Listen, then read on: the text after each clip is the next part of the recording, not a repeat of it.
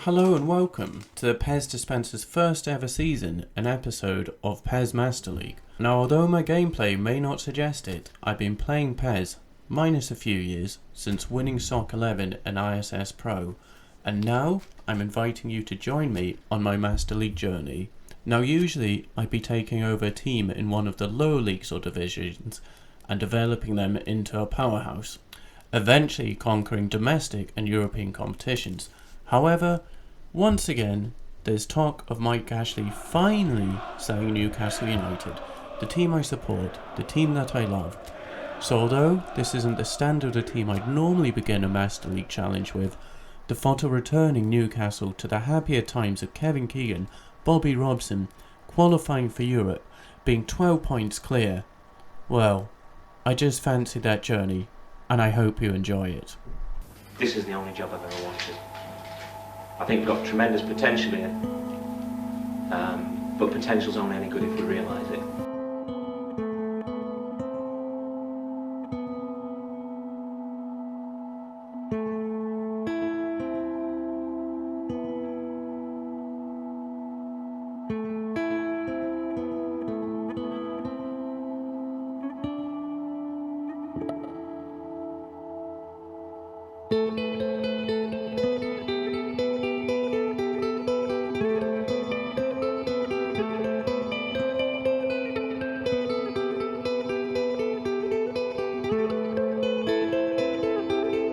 Gives me enormous pleasure to welcome Mr. Kevin Keegan back to Newcastle United. Those of you who spent any time in the city the last few days can see the sort of reaction of Newcastle to Kevin coming back. We're absolutely delighted that he's with us. Welcome, Kevin. Thank you. Any questions? Obviously, you've got a great love affair with this football club, but how big an influence were Mike Ashley's pockets and what he's saying he's prepared to spend to take this club to the upper echelons of the Premier League? Having met Mike Ashley, I know what his ambitions are. He certainly knows what mine is. And we sat down and within 3 hours, we were just trying to get through the London traffic to come up here. The deal was done. And I'd like to think it was a very easy deal for everybody.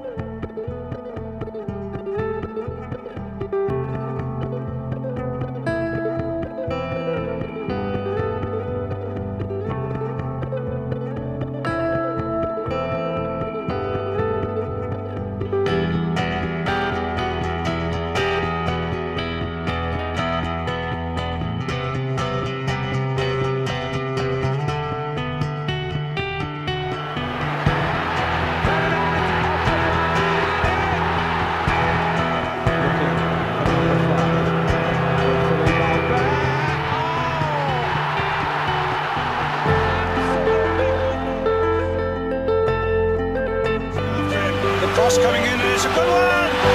It's a hat-trick! A hat-trick for Austria! 3-0! Shearer. It's a good jump.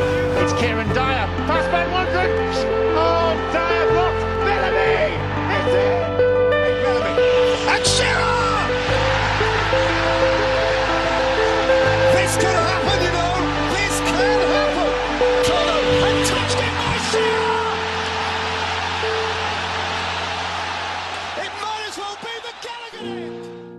After a promising start, we started to realise that maybe you weren't the owner and chairman that we'd hoped that you would be. You had Dennis Wise as director of football, but he was useless, signing players off of YouTube, which led to Kevin Keegan understandably leaving. I left because we signed 2 players. We just fetched them into the club and said, look, have your picture with these. It was Cisco and the guy, Gonzalez. I told them that I didn't think the manager who made a football club shoot for the stars and gave the world the team known as the Entertainers. But no happy ending. His second spell as manager ended in resignation, demonstration and a successful claim of constructive dismissal against the Mike Ashley regime. The same regime the fans continue to protest against 10 years later. Talking about Mike Ashley and Derek Lambias, you can't work with these people. you know, because you can't trust them. They tell you one thing, they mean another. That you try and sign a player, you have I had a phone call for about an hour to buy a player. After I went off the phone, they had another conference call together and said, right, we don't offer 2 million, we offer $1 million, they'll reject it, and that's it. It's the owners and the people running the club who have lost the trust of the fans, and they've lost it over a period of 3.5 years. It's not just one thing, it's one thing after another. But see, Mike Ashley doesn't know anything about football. That's the first thing. And the second thing is, Derek Lambias knows even less than him. So you've got two people running the football club who know nothing. Newcastle, Joe. Cheers, sir. Thanks very much. All the best, good luck. Thank you. Joe Kinnear. Joe bloody Kinnear. I'm not hiding the fact that I wouldn't be sitting here if everybody else hadn't turned it down, but, you know, more fool them. And I'm going to work day and night to get it right. Who knows where my career will go then? I'm not daft enough to know who I'm following in the footsteps of. I'm well aware of that. And I'm well aware of the reason why lots of them turned it down. But for me, it's a fantastic club, it's a great opportunity. Mr. Front Simon Bill. Okay, to your face. Good. Right. Oh, no, Hickman. Speak. Absolute you jump next to the first day off. If I get you jump next to take the first day off. We've all been reading about Newcastle fans apparently not being too happy with the appointment of Joe Kinnear. So we went up to St James's Park in Newcastle this week to ask the Toon Army what they think of his appointment. Can I ask you about the appointment of Joe Kinnear? Are you for or against Kinnear? Oh, we're bonny lad. Nah. I'm definitely not fucking here. I'm not fucking here. I'm not fucking here. In fact, I think it's safe to say that none of us are fucking here. We're not fucking here. We're not fucking here. We're not fucking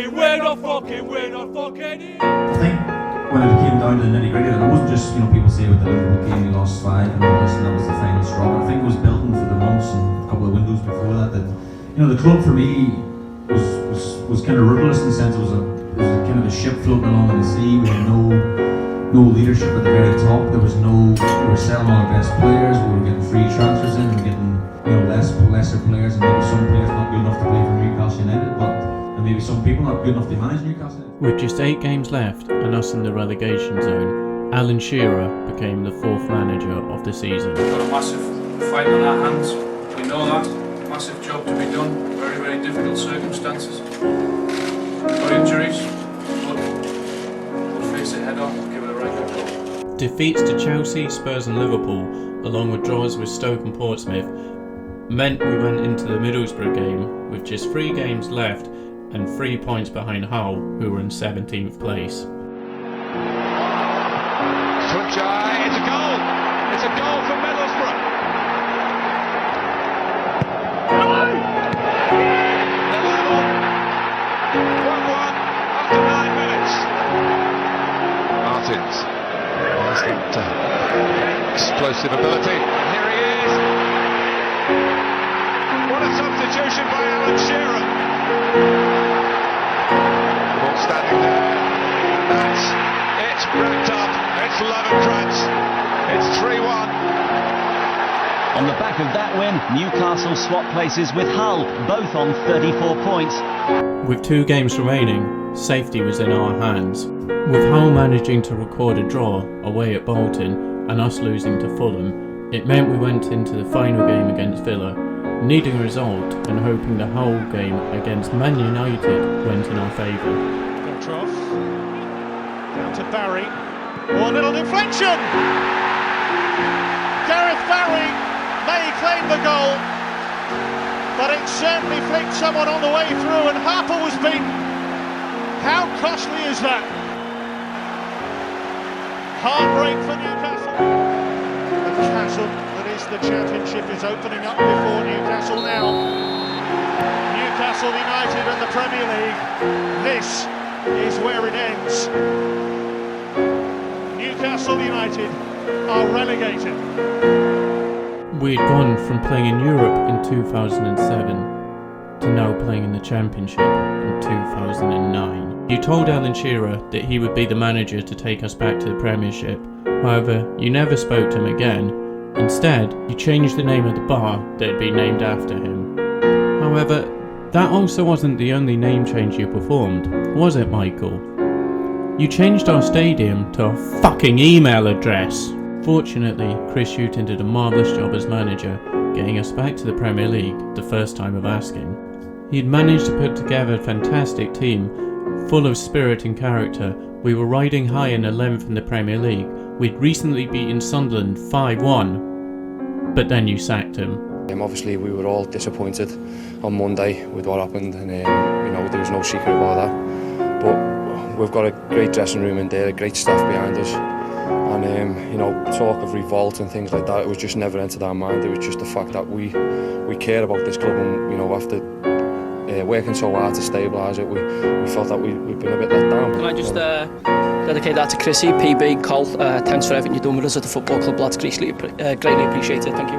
So once again, we were losing a manager loved by both the players and fans, only to be replaced by an utter moron. Chris was obviously much loved here by the fans and the players, and makes it a difficult agenda for any manager. I can understand that they want to vent their frustration that Chris has gone, no problem with that. And because Pardew's a tit, all of our best players were sold simply because Pardew couldn't handle the big characters. You once again pissed off the fans, changing St James's Park to the Sports Direct Arena. However, none of your previous bullshit had prepared us for what you did next, and your treatment of Jonas Gutierrez.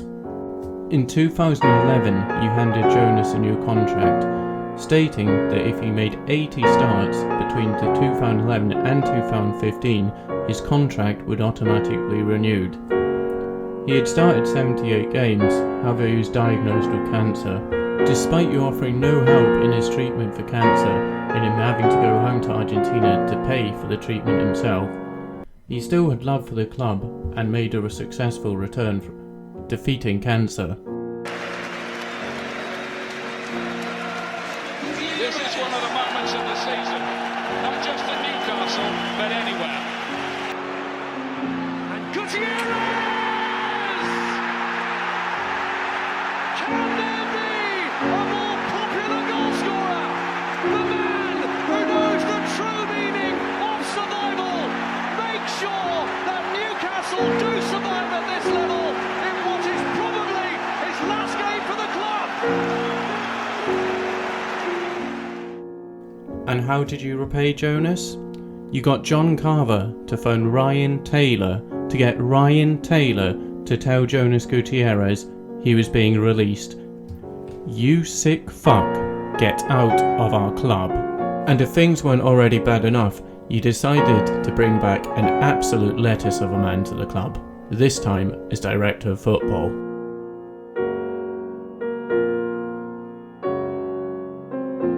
A long process to get here, but it's a club I've always envied. I've been in the area 15 years, know everything about Newcastle, so it's a pleasure to be finally their head coach. And despite your track record, you somehow managed to secure one of the best managers in the world in Rafa Benitez.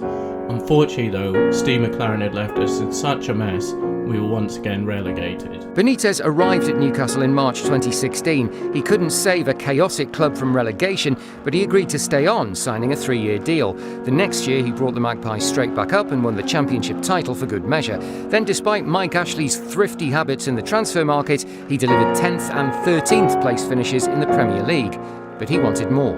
It's so simple. You have the potential, you can see the potential, you can feel the passion of the fans. I am really proud and pleased because we stay up, but I would like to compete for something more, so hopefully we can go closer and we can match the ambitions of the fans. So now we know, Rafa Benitez will walk away from Newcastle United on Sunday when his contract expires. He wanted to stay, but on his terms, and in the end, there was no solution that suited both parties. No new contracts, and no more Rafa. Once again, we had lost a manager loved by the players and fans, who understood the club, the city and the fans, and once again, the manager was replaced by quite an underwhelming replacement.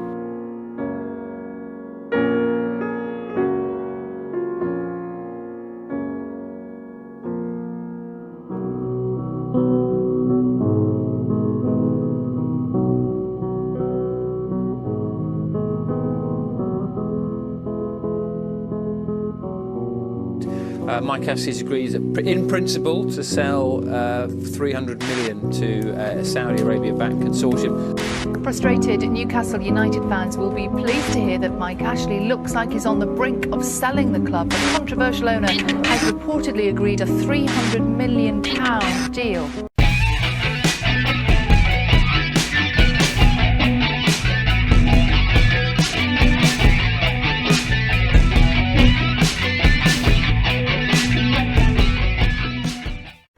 So there we have it. The P.W.o have bought Newcastle United, kicking Mike Ashley out of Newcastle, banning him, name never to be repeated in Newcastle game, never allowed in St James's Park again. So here we go. The PES dispenser brings to you the P.W.o Newcastle United takeover.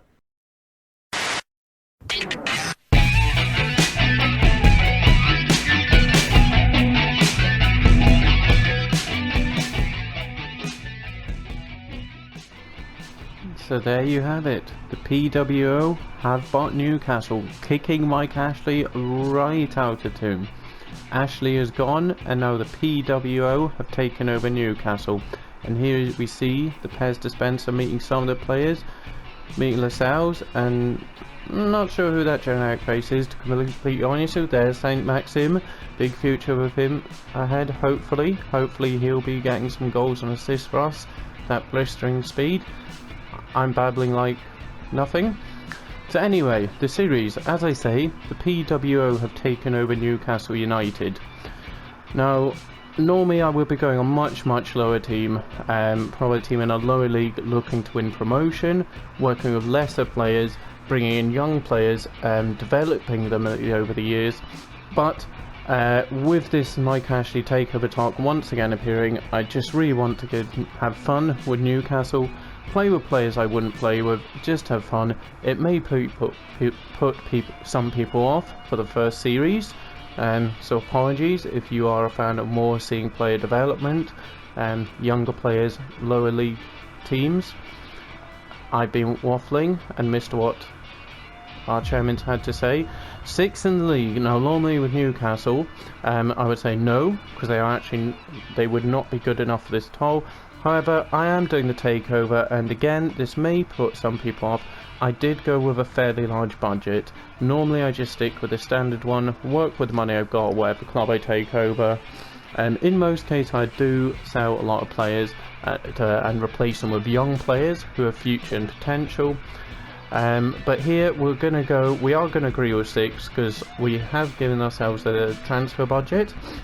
A nice transfer budget with the P.W.o takeover in mind, so we're going to agree with 6th place. We are going to look in. We're not going to keep the transfers realistic, not semi-realistic. We're going to go realistic with a Newcastle takeover. So we're not going to be buying the best players in the world. We're not going to be going mad. Obviously, Newcastle have been linked with a number of players with this takeover talk, some of which excite me. Some of those players I will probably look to target and bring in, because they are a bit more realistic. But some of the names that we've been linked with are just, we see the likes of Griezmann, Cavani. Cavani I would love, one of my favourite forwards. I love the strong physical forwards who can bully defenders.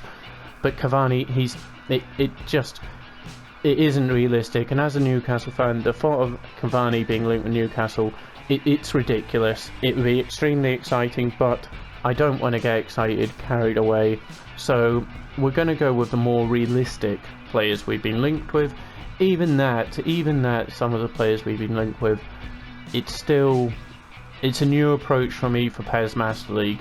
Players who are much higher caliber and level to what I'm normally used to.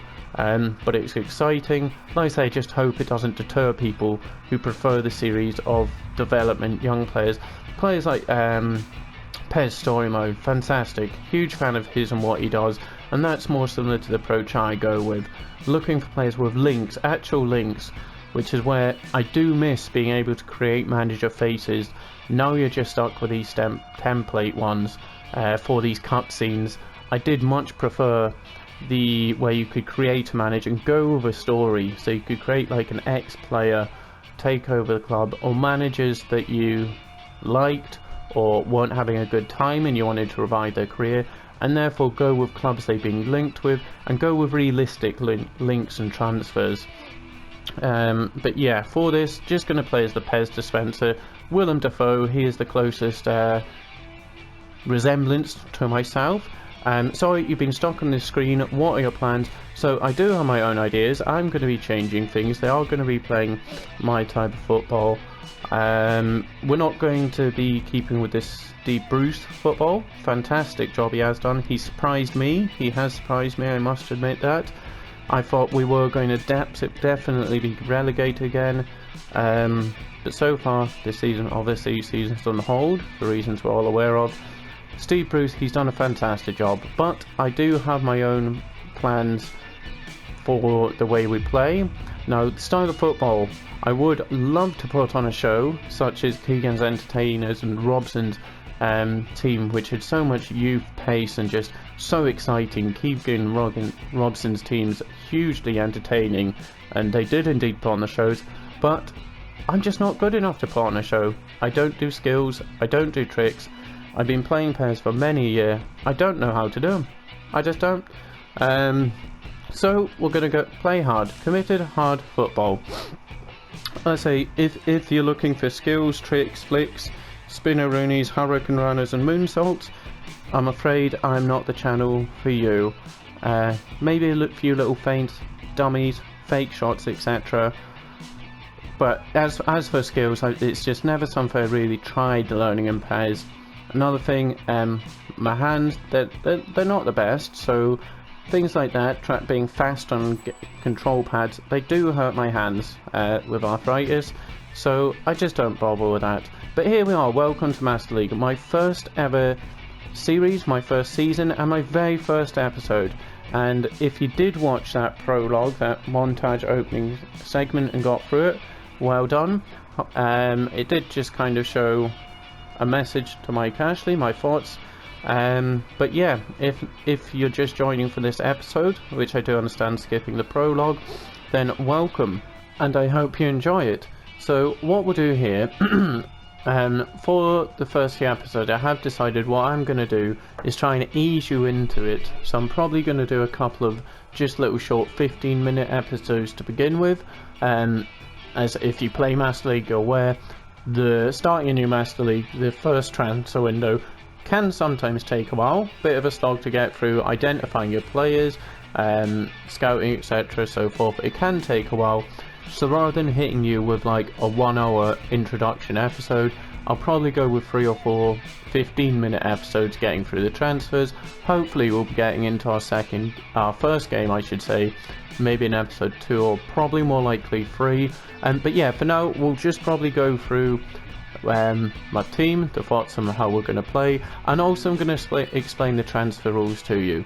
Like I was saying, I'm going realistic transfers, but I'll explain that in a second. But first of all, what we're going to be playing, I think, will be like 4-3-3 of sorts, or 4-2-3-1, which can go 4-3-3, but also we're going to be bringing back that 90s 4-4-2, I think.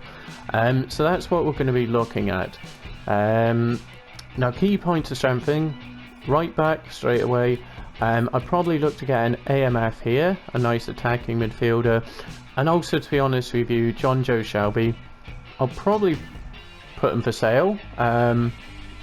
Great passing and so on, as we see here, but to be honest, I'm just not that big a fan of him. He's also not the most mobile, as you can see, 69 acceleration.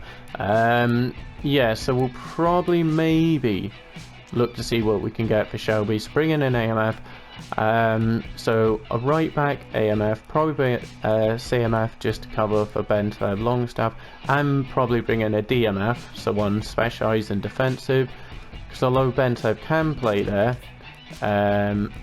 78, but 69 defence awareness, 73 ball winning, so it's not the worst, but doesn't have interception or track back or anything, so he won't cut as a DMF. Likewise, Longstaff, we're probably going to change him to a box-to-box player.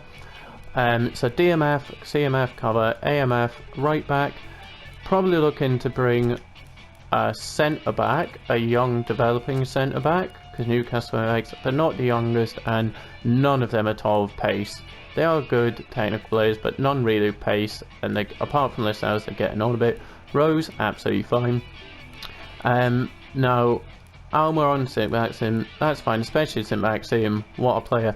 We'll be looking to exploit that pace there and the dribbling, so he'll turn to be a starter. Might look to get an improvement on Almiron. Almiron, very, very handy and flexible, as you can see, a number of positions. Now, Joel Linton.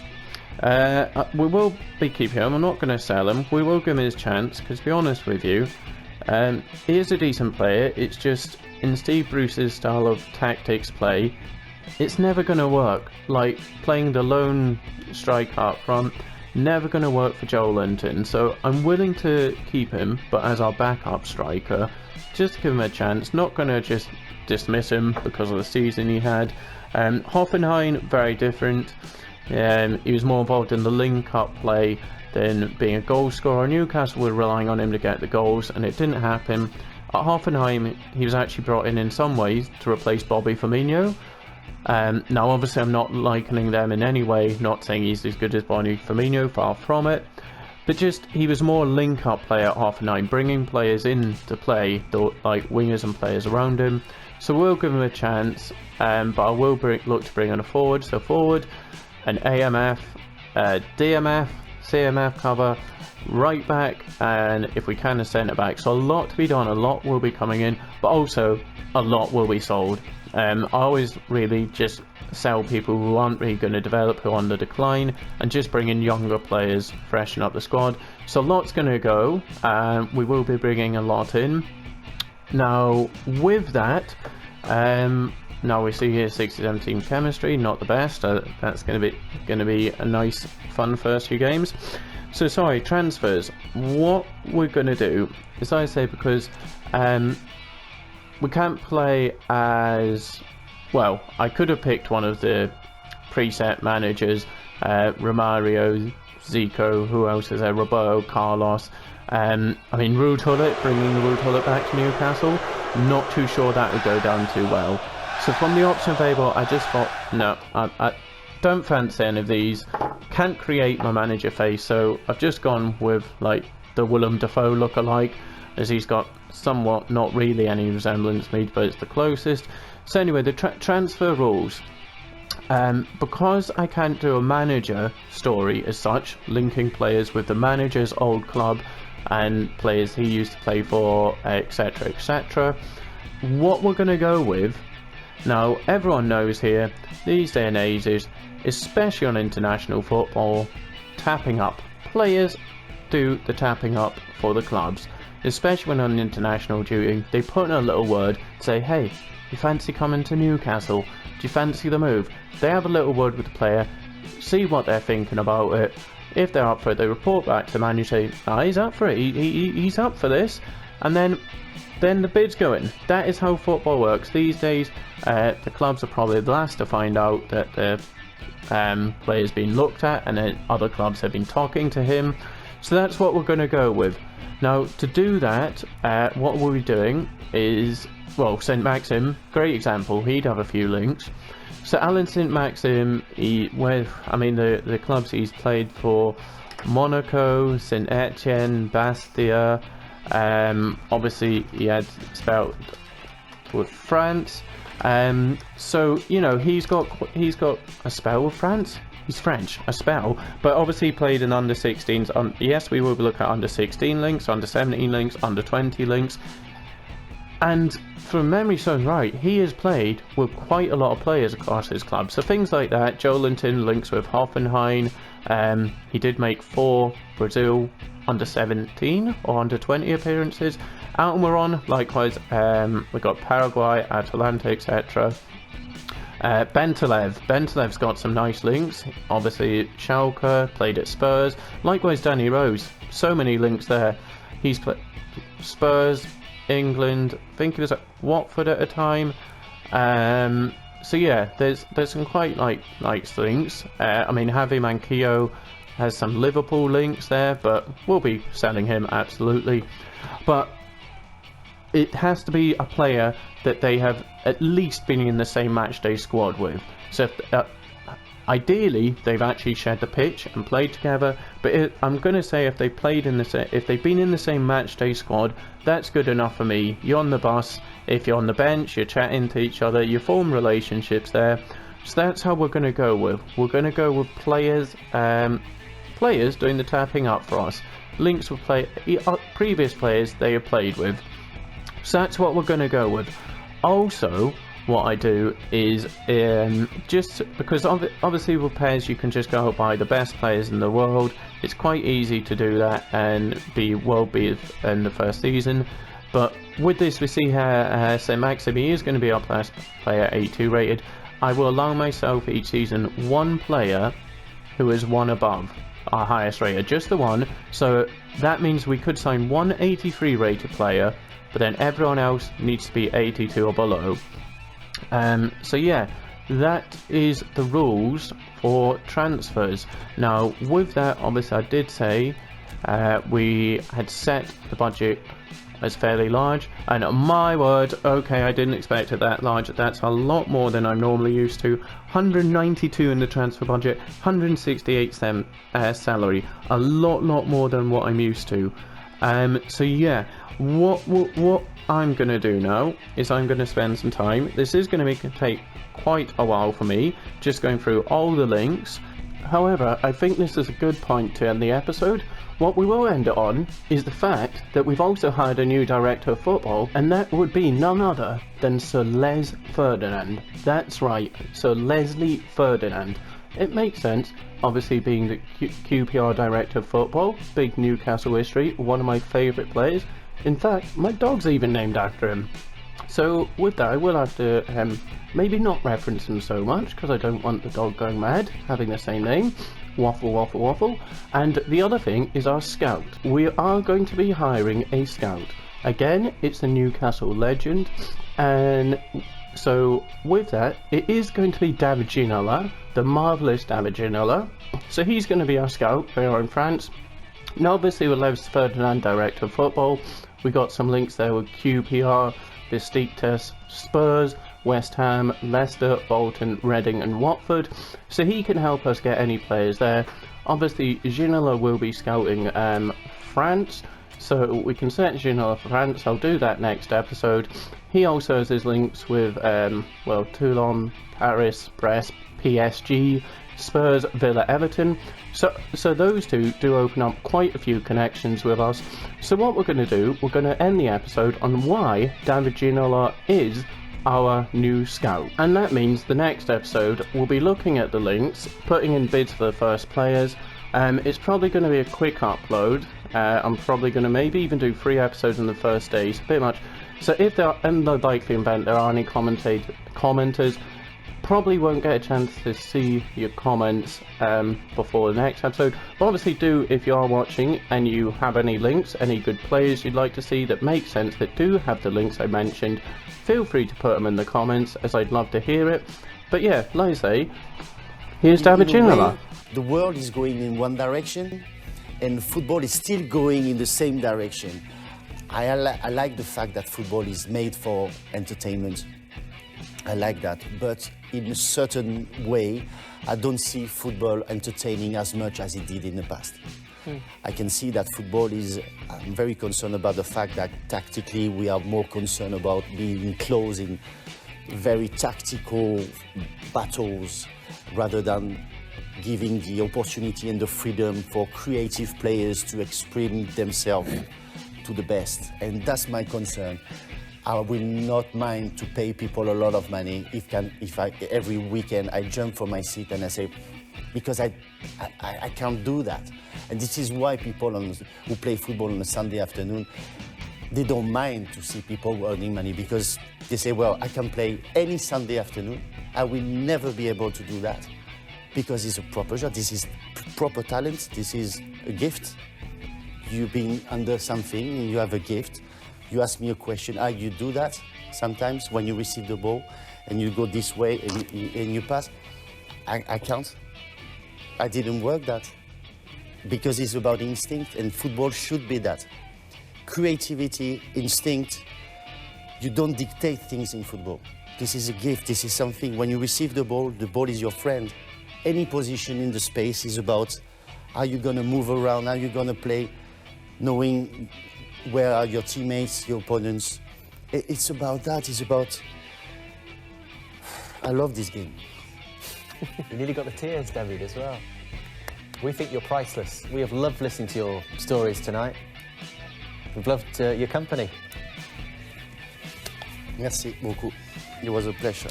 Thank you. Come and see us again sometime. Thank you for having me. It's been great. So there we go with the first episode. Thank you so much for watching.